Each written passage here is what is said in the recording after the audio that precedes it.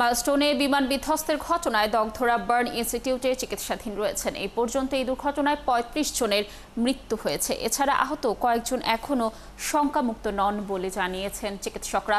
সেখানকার আরও তথ্য জানাতে আমাদের সাথে যুক্ত হচ্ছেন সহকর্মী শাহেদুজ্জামান সাকিব। সাকিব, নিশ্চয়ই শুনতে পাচ্ছেন আমাকে। দগ্ধদের শারীরিক অবস্থা কেমন, চিকিৎসকরা কি বলল এই বিষয়ে জানাবেন, এবং নতুন করে যারা মারা গেছে তাদের বিষয়ে কোনো তথ্য পেয়েছেন কিনা জানাবেন আমাদের সেখানকার বিস্তারিত তথ্য। মৃত্যুর সংখ্যা আপনি যেটি বলেছেন একটু সংশোধন রয়েছে।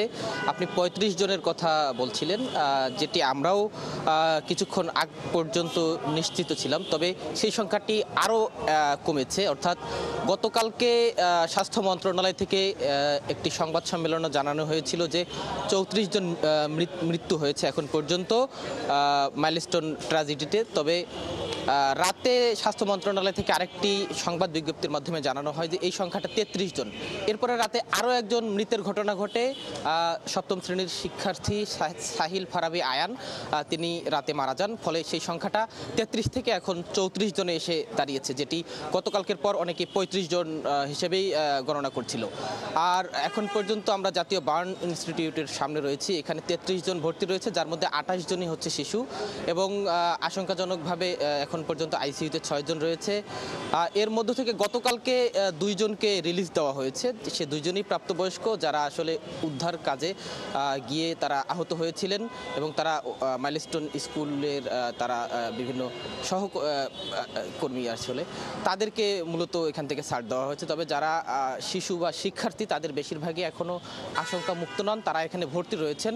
তাদেরকে পর্যায়ক্রমে তাদের শারীরিক অবস্থা বিবেচনা করে তাদেরকে ছাড় দেওয়া হবে বলে হাসপাতাল থেকে আমাদেরকে জানানো হয়েছে। আরেকটি তথ্য জানিয়ে রাখি, গতকালকে মন্ত্রী পরিষদ বিভাগ থেকে যে গেজেট প্রকাশিত হয়েছে সেখানে বলা হয়েছে এই মাইলস্টোন ট্র্যাজেডিতে যারা আহত হয়েছেন দেশে এবং বিদেশে তাদের চিকিৎসার সমস্ত খরচ সরকারিভাবে বহন করা হবে, এবং একটি শোক প্রস্তাবও করা হয়েছে। সেটি নিশ্চয়ই ইতিমধ্যেই আমরা সংবাদ প্রকাশ করেছি।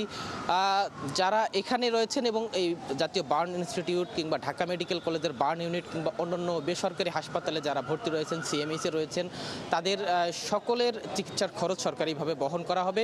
এখন পর্যন্ত শুধুমাত্র যারা আশঙ্কামুক্ত কিংবা কিছুটা সুস্থ তাদেরকেই ছাড়পত্র দেওয়া হচ্ছে হাসপাতাল থেকে। মৃতের সংখ্যা নিয়ে যে জটিলতা ছিল সেই সংখ্যাটি এখন পর্যন্ত স্বাস্থ্য অধিদপ্তর এবং সকল হাসপাতাল কর্তৃপক্ষের সূত্র মতে সেটি ৩৪ জন, যেটি এর আগে ৩৩ জন ছিল। গতকালকে আরেকজন মারা যাওয়ার পর সেটি এখন ৩৪ জনে দাঁড়িয়েছে। আজকে এখন পর্যন্ত এই হাসপাতাল থেকে কাউকে ছাড়পত্র দেওয়া হয়নি। আমরা এখানে রয়েছি, তার রোগীদের কি অবস্থা কিংবা আসলে কাউকে ছাড়পত্র দেওয়া হলো কিনা কিংবা অন্য কোনো আসলে আর কোনো বিষয়ে কেউ আর কোনো মৃত্যুবরণ করে কিনা সেসব আমরা এখানে রয়েছি জানবার জন্য। হয়তো পরবর্তী বুলেটিনে সেসব জানিয়ে দিতে পারবো। লাবণী।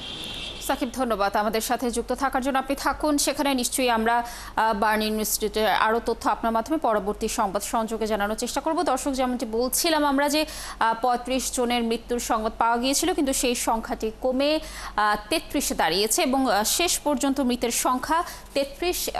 এইটি সর্বশেষ তথ্য আমাদের হাতে রয়েছে।